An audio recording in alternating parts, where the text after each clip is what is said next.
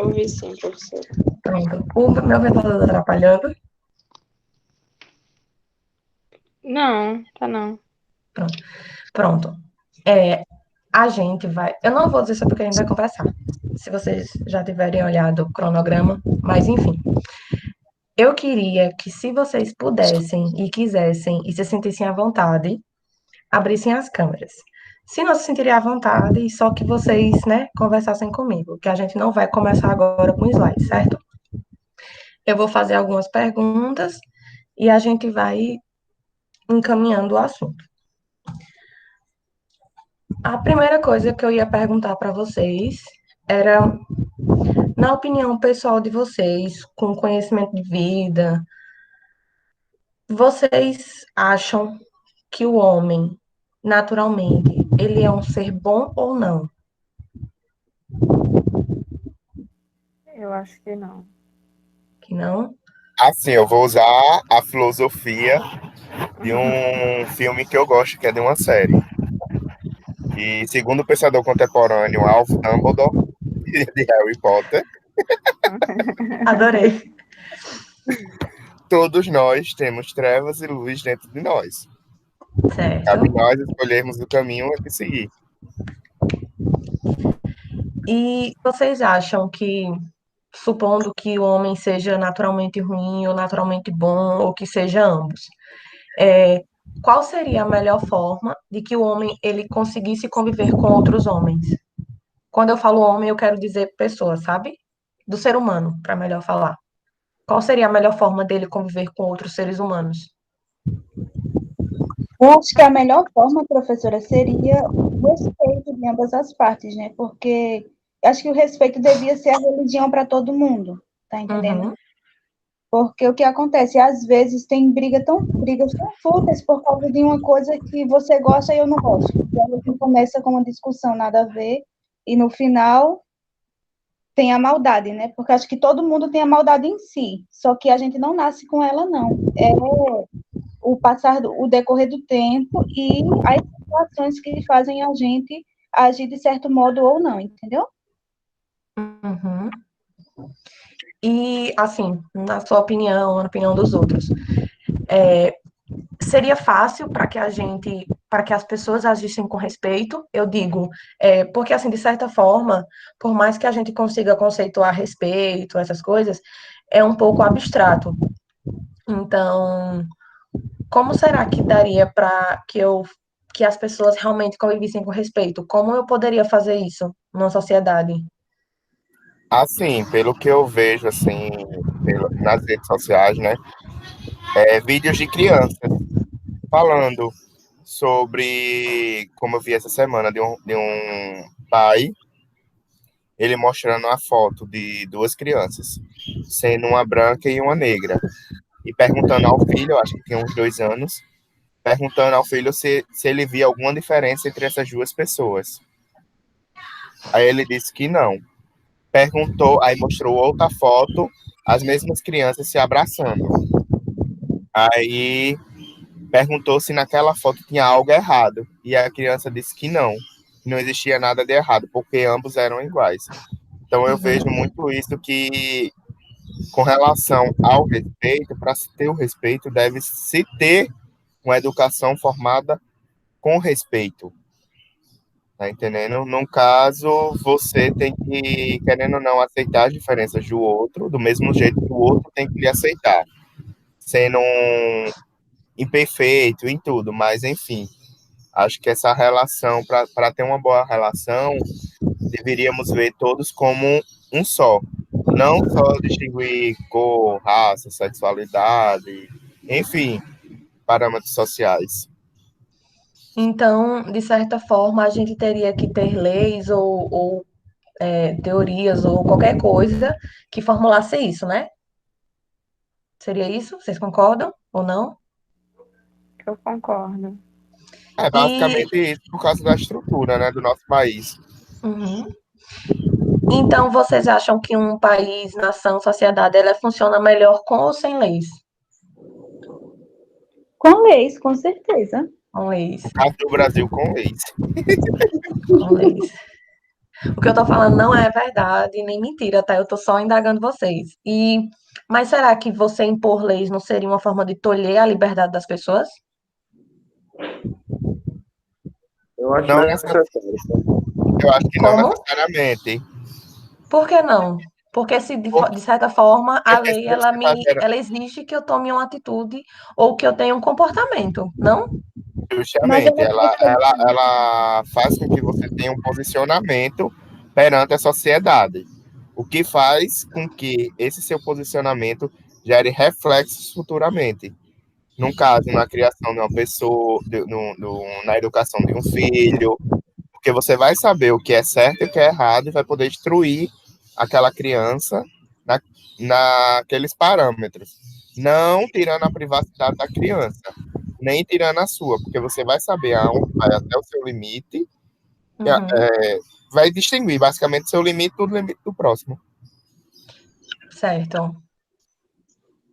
É porque, Mais alguém? querendo ou não, acho que a gente viver, em certa forma, talvez tenha um excesso de liberdade, entre aspas, talvez feriria a liberdade de outras pessoas. Então, eu acho que é posto esse limite, eu acho que cada um em sua caixinha, para que todo mundo goze do mesmo.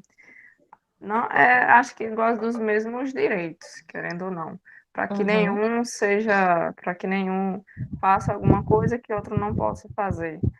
Ou que um talvez fira a liberdade de outra pessoa. Então, eu acho que essas coisas meio que deixariam as ações mais igualitárias nesse sentido.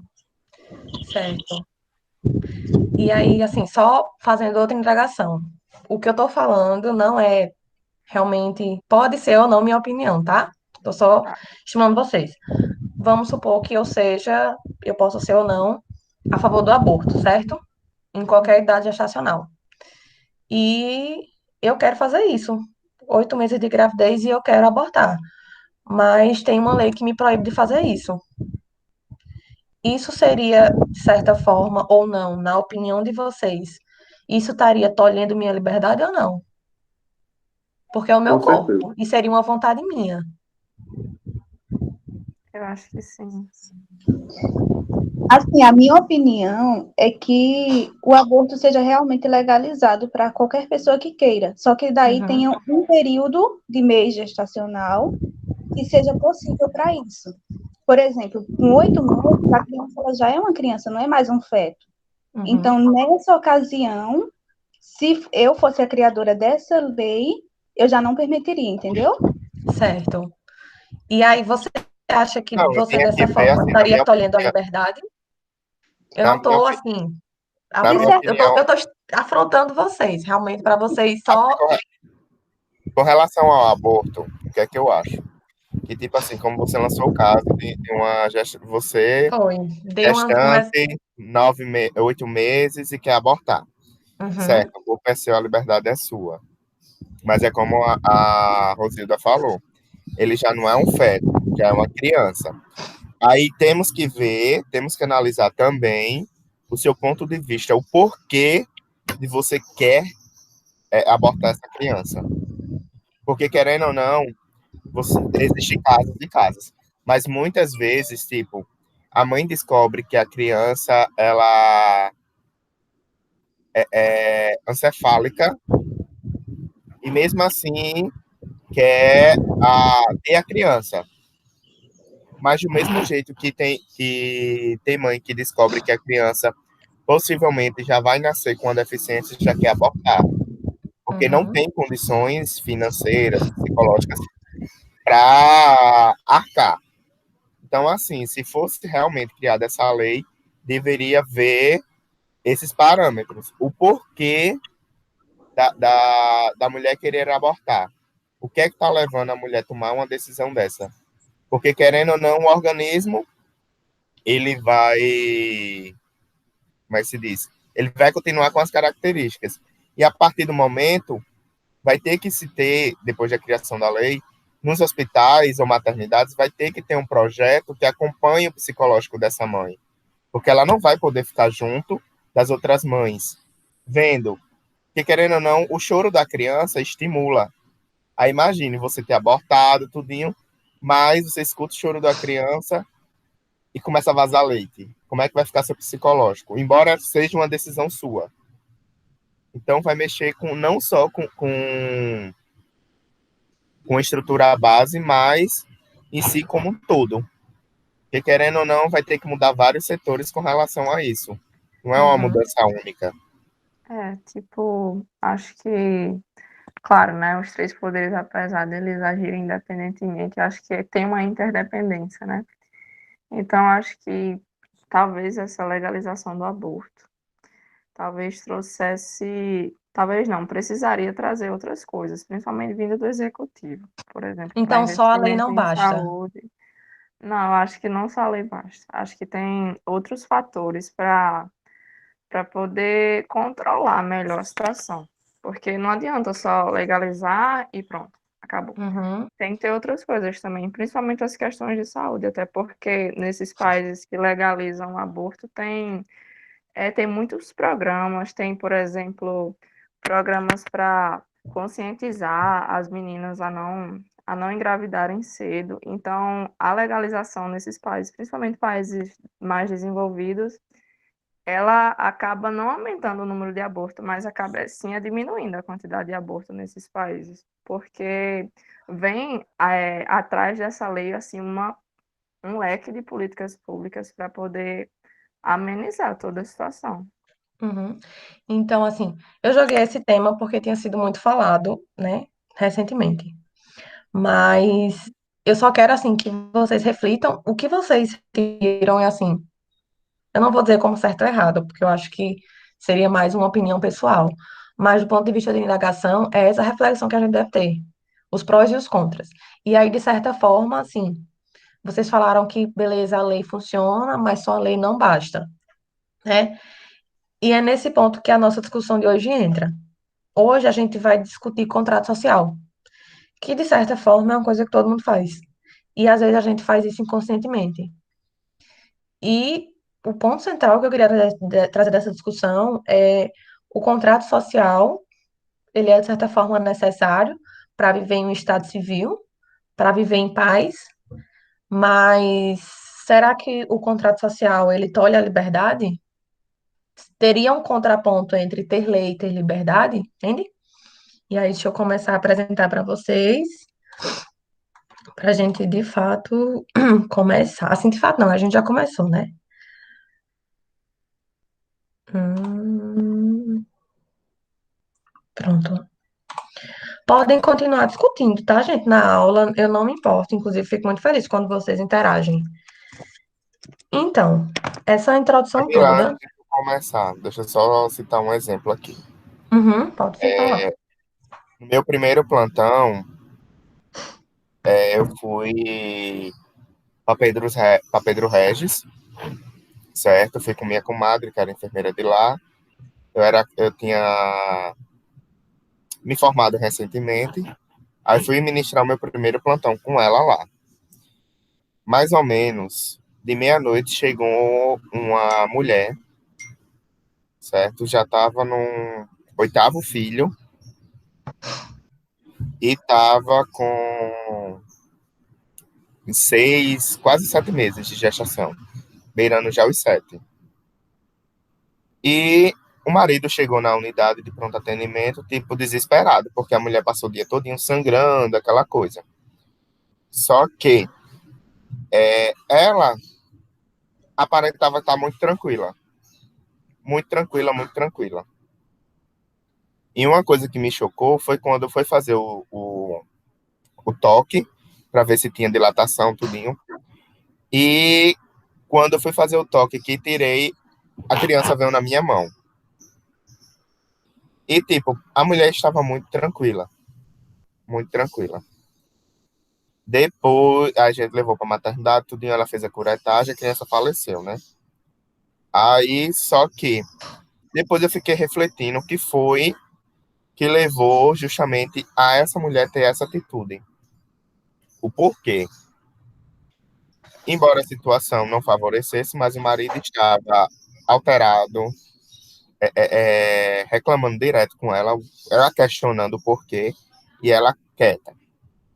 E depois a gente foi saber que realmente ela tinha feito esse aborto devido às condições dela, que ela não tinha condições de manter mais um filho para alimentar, porque o marido passava, era 15 dias na capital aqui em João Pessoa, e só ia para lá um final de semana. E era ela que tinha que cuidar das crianças só. Então, por isso, só fechando o pensamento, é por isso que tem que ver qual é o motivo, procurar sempre saber o motivo do que leva a mulher a abortar.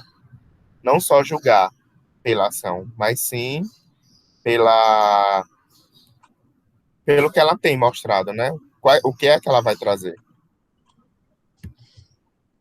Eu trouxe assim essa questão porque eu acho que seria a mais emblemática diante de lei e liberdade, sabe? Tanto do ponto de vista de matar ou não um feto, uma criança, como do ponto de vista de até onde vai a liberdade do corpo da mulher. E aí essa reflexão é justamente para vocês saberem, fico curiosa quando vocês falam, Aurora. A indagação é justamente para vocês perceberem que as leis elas são necessárias, mas talvez elas não sejam perfeitas. E que não é simples você impor uma coisa,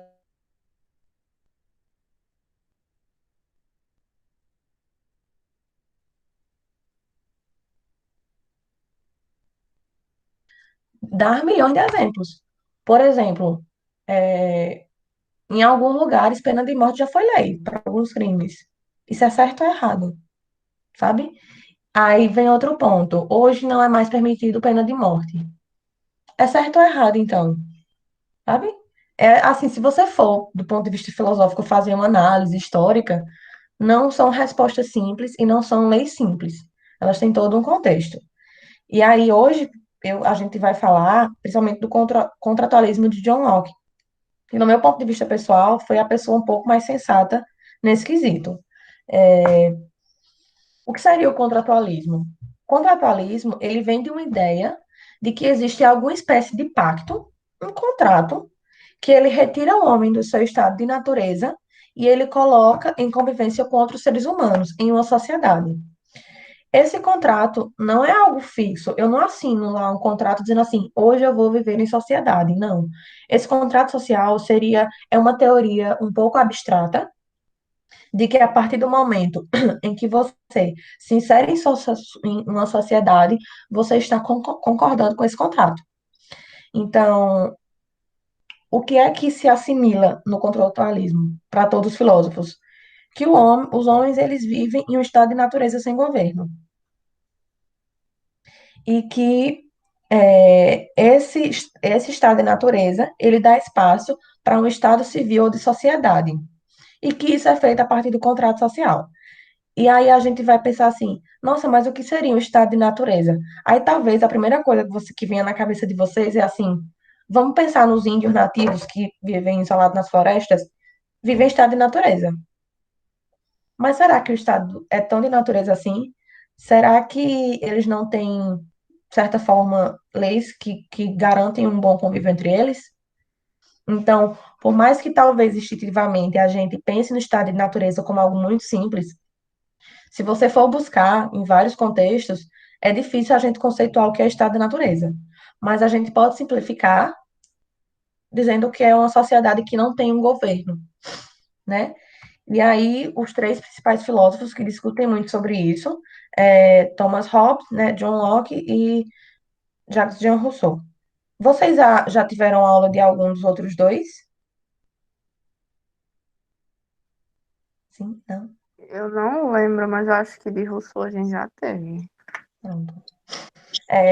Eles são contratualistas, mas eles não pensam da mesma forma. Depois eu vou só trazer um adendo para a gente diferenciar.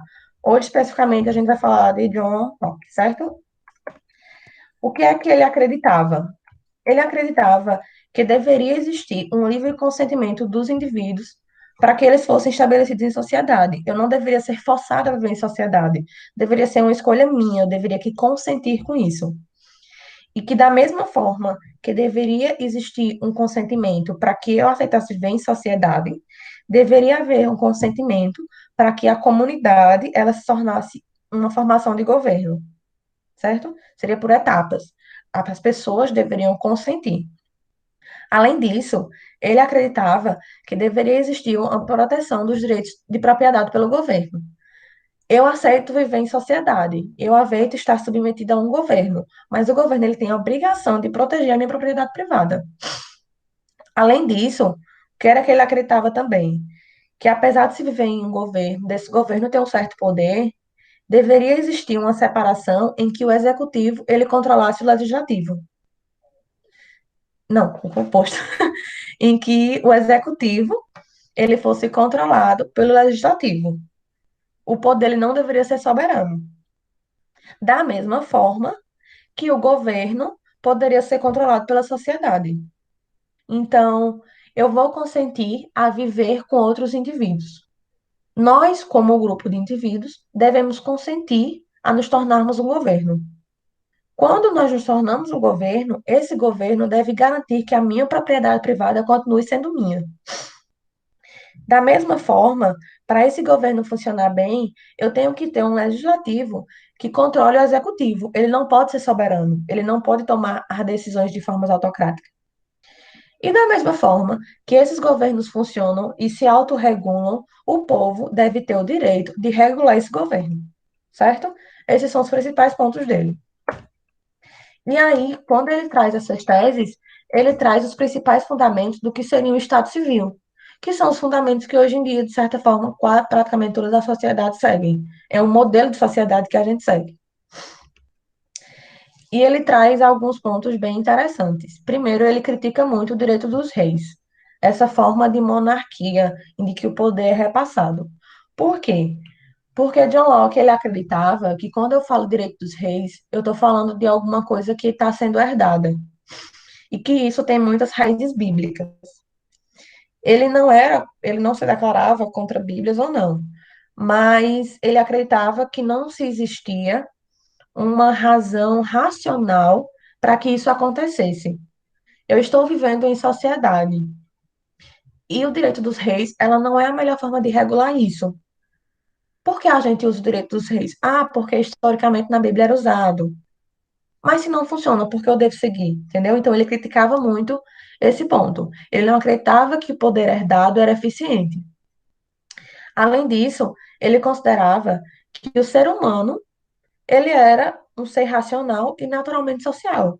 Fazia parte do homem em si, ele ser um ser social, a conviver com outras pessoas. E aí, o que é que ele achava? Quando o homem ele estava no estado de natureza, sem governo, ele estava em uma perfeita liberdade para que ele pudesse regular as suas ações dentro da lei natural. E aí, o que seria a lei natural? Não consigo definir para vocês. Nem ele próprio define muito bem o que é isso. Eles acreditavam que as pessoas que viviam no estado da natureza, eles tinham todos o mesmo poder e direito, certo? E eles viviam em liberdade. E eles tinham que regular as suas ações dentro daquele sistema em que conviviam. Só que para essas pessoas viverem bem, elas teriam que ter um certo amor mútuo e um direito pelo próximo, como uma coisa abstrata. Eu teria que naturalmente amar o meu próximo para que a gente pudesse conviver com os mesmos poderes e direitos e viver em igualdade e liberdade. Isso no estado de natureza que não houvesse governo. Só que aí tem um problema.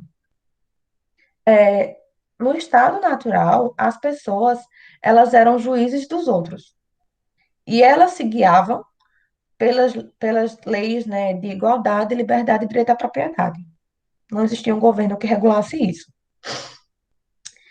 Então, o direito de coerção e o direito de poder tirar a vida do outro, por exemplo, estava na mão de todas as pessoas. Elas julgavam sem que houvesse nenhum modelo, o que era certo e o que era errado. E caso fosse errado, qual seria o modelo de coerção que eu teria? Só que tem um problema. Se as pessoas que estavam vivendo no estado natural, elas não concordassem entre si quanto aos os direitos, quanto à coerção, ou contra o que era certo e errado, o que era que eu ia fazer? Eu não concordo com você, e não existe nenhuma lei, nenhum governo que me obrigue a isso. O que é que a gente faz então? Alguém faz alguma coisa errada. Na minha opinião, é, a melhor forma de coerção seria pena de morte. Mas fulaninho não concorda com isso. Mas a gente não tem nenhum governo, a gente não tem nenhuma lei realmente social, que garanta que um está certo e o outro está errado. Então, o que é que a gente vai fazer? Nesse ponto, é onde John Locke começa a desenvolver as ideias dele. Ele acreditava que o homem ele era racional, mas que ele poderia ser bom ou não. E que, de alguma forma, sentimentos de egoísmo, de vingança, de destruição, eles poderiam e eles faziam parte da constituição humana. Então, fazia parte do homem ser bom ou ser ruim. E fazia parte deles concordarem ou não com as formas de coerção da sociedade. E aí, a gente tem uma emblemática. Se as pessoas elas não concordam entre si, se elas têm liberdade para julgar o que é certo ou errado, se o homem ele pode ser bom ou não pode, ele pode ter sentimentos bons ou não. A liberdade de julgar e agir, ela poderia estar ser ameaçada pela liberdade dos indivíduos. E nem sempre haveria consenso no desejo de justiça. E aí é quando John Locke entende que a gente precisa de um contrato social. Por que a gente precisa de um contrato social? Para que as pessoas elas consigam viver em sociedade sem que houvesse embates. Ou, caso houvesse embates, que os embates levassem a consensos que remetessem a um desejo de justiça unânime. Então, por exemplo, se hoje matar é errado, é porque existe um contrato social entre nós que convivemos em sociedade que diz que não se pode matar. E as pessoas que matam, elas são condenadas a tantos anos de cadeia, por exemplo. As pessoas elas são condenadas a X anos de cadeia quando ela mata, porque existe um contrato social escrito na Constituição, não entendo direito, mas existe um contrato social que descreve isso. Porque se a gente não tivesse esse modelo de contrato social, quando uma pessoa mata, ia ser um desejo abstrato definir se ela está certa ou se está errada. E se ela estiver errada, quantos anos de cadeia eu dou a ela? Entende? Então, o contrato social de John Locke, ele surge com a necessidade de que as pessoas consigam conviver em sociedade, em que elas consigam abrir mão da sua liberdade para viver em paz. Por que eu digo abrir mão da sua liberdade? Porque até certo ponto eu vou deixar de fazer coisas que eu achava que eram corretas, do ponto de vista pessoal, mas que para viver em sociedade elas são consideradas indevidas. Isso é só um exemplo, como por exemplo a questão que eu falei do aborto. No contrato social, eu aceito que eu não posso fazer um aborto com 8 meses de gestação, um aborto legalizado aqui no Brasil com 8 meses de gestação, porque existe um contrato social que eu me submeti que fala isso, entendem? Então, eu estou tirando uma parte da minha liberdade individual para ceder a um contrato social que me garante uma paz de sociedade. Esse é um exemplo que eu dei mais formulado, mas poderia ser dar vários outros. Por exemplo, por que eu devo usar cinto de segurança? Existe uma regra que diz que eu preciso usar cinto de segurança. Por que eu preciso? Porque no contrato social, usar cinto de segurança traz alguma certa paz à sociedade.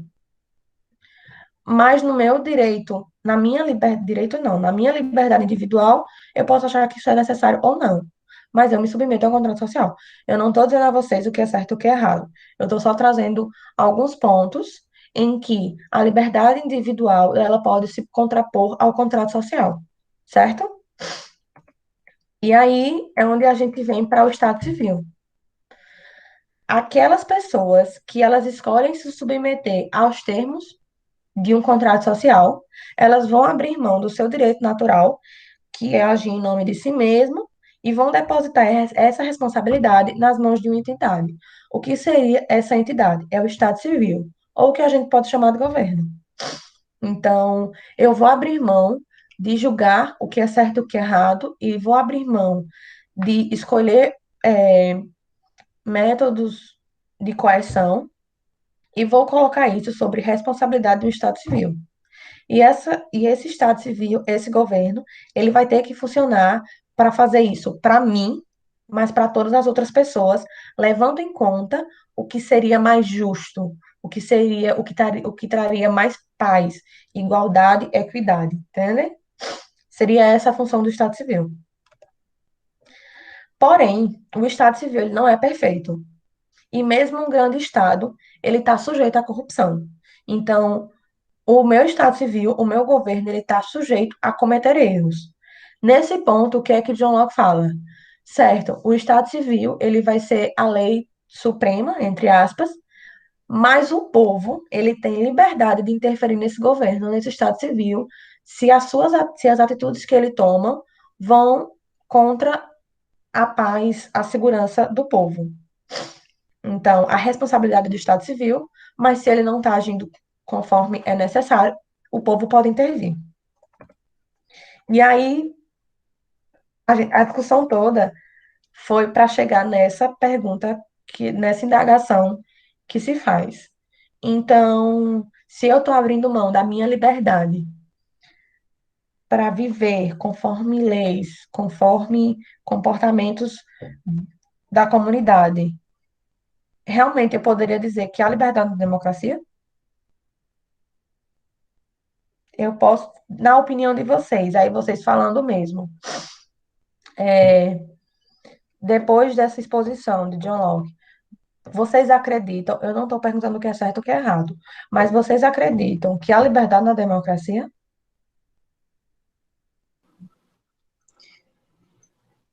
Nesse pensamento, professora, assim, leva a pessoa a indagar que não tem essa liberdade que na teoria, né? Teoricamente, por exemplo, eu vivo numa democracia, então eu acho que eu tenho liberdade para tudo que eu quiser.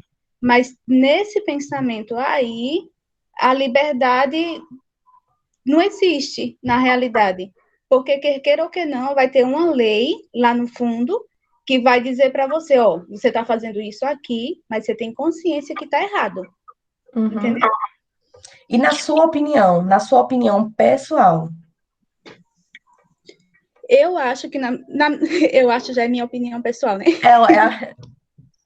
Pronto, na minha opinião, para que as coisas realmente comecem a encaminhar, né? Não é que comecem a encaminhar, continuem caminhando, tem que ter sim uma norma. Porque senão é aquela história que eu posso ferir a liberdade do outro por uma coisa mais fútil ainda. Entendeu? A exemplo do cinto de segurança. O cinto de segurança não é só algo para mim, é algo que pode auxiliar também na vida do outro. Não dirigir depois que beber. Tipo, eu não tenho carro, né? Um exemplo. Eu posso ter um carro e aí eu vou, bebo, e aí o meu pensamento, o que é que tem? Eu sair dirigindo depois de ter me alcoolizado, né? Mas não é só a minha vida que está em questão, é a vida do outro também. Então, eu estou fazendo, mas eu tenho o pensamento que eu estou fazendo aquilo que é errado. E que tem uma lei que, se acontecer alguma coisa errada, né? Se um acidente e tudo mais, que vai me punir por aquilo. Mas eu fiz sabendo que podia acarretar nisso. Então é importante sim, ter as leis, entendeu? Na minha opinião.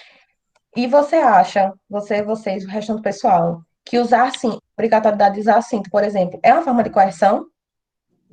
É uma forma de coerção, não é verdade? É. Mas é uma forma de coerção positiva, não é? Isso mesmo. Eu não acho que seja uma forma de pressão. De coerção. Eu acho que seja uma forma mais de conscientização. Tá entendendo? É como ela mesma Mas se usou. você não usar o cinto, você vai receber uma multa. Sim, mas aí você. Aqui, como no Brasil, vamos supor agora, nessa pandemia. Vamos usar um acontecimento.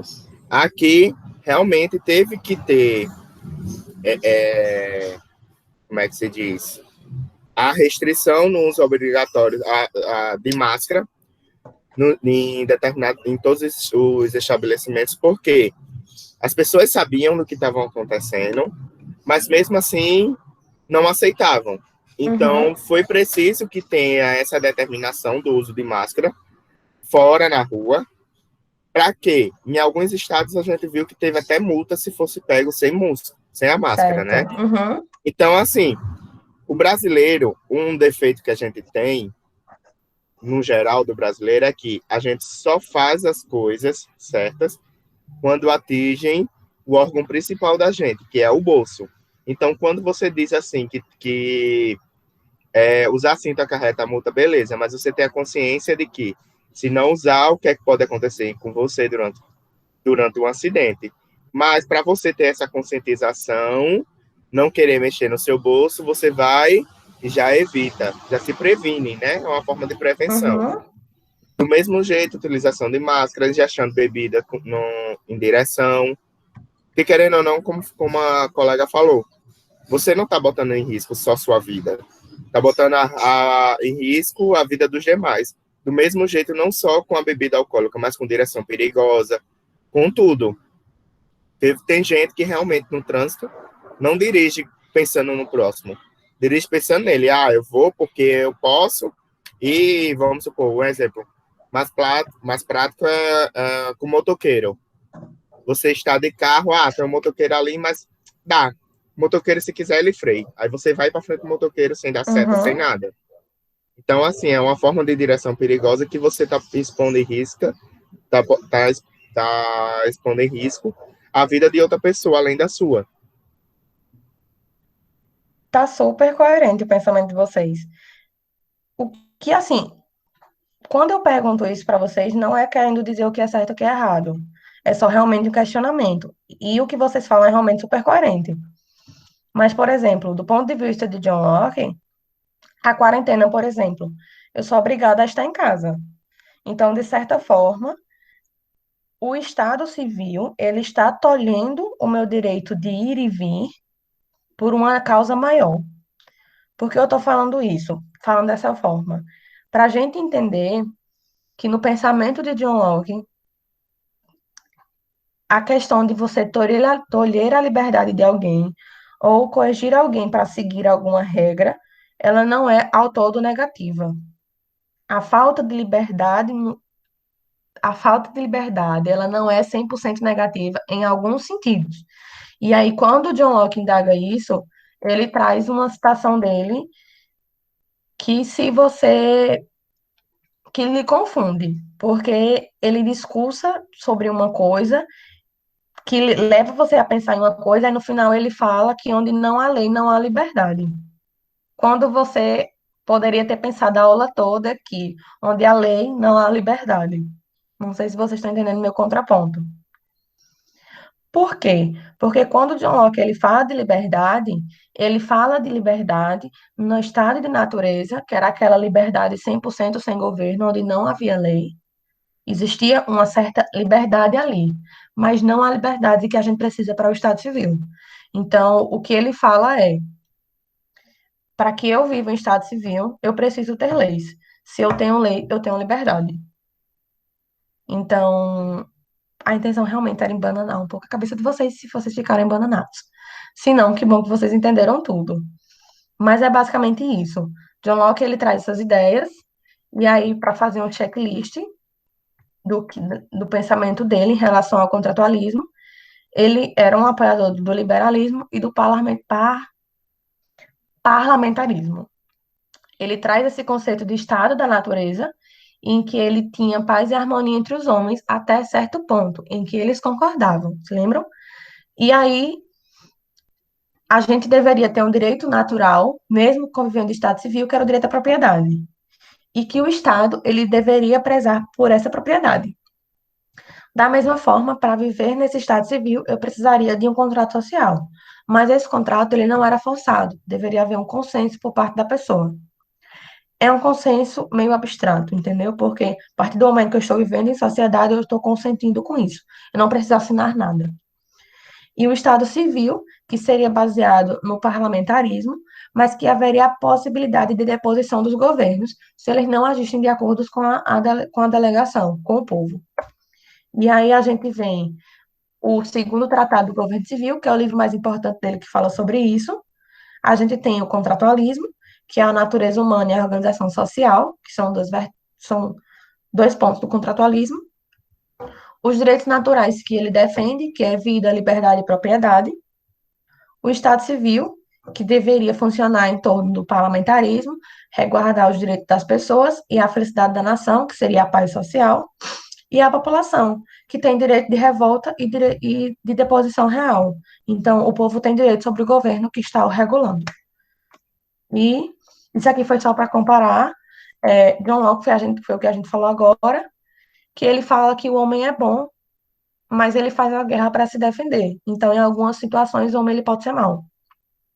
Ele pede a proteção da propriedade para fazer o homem progredir.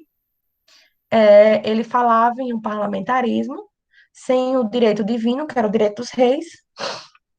Ele teve muita influência na Revolução Inglesa e na Constituição Americana, e ele fala que onde não há lei, não há liberdade.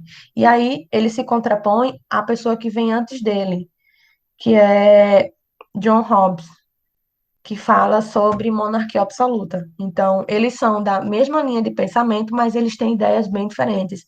Eles têm posicionamentos bem diferentes. E aí depois vai vir Jean-Jacques Rousseau com a democracia direta. Então, ser controlista não é pensar igual. Eles seguem o mesmo raciocínio, mas eles têm ideias finais diferentes, entendeu? E era isso. Obrigada. Alguma dúvida? Ai, desculpem, eu me prolonguei um pouquinho.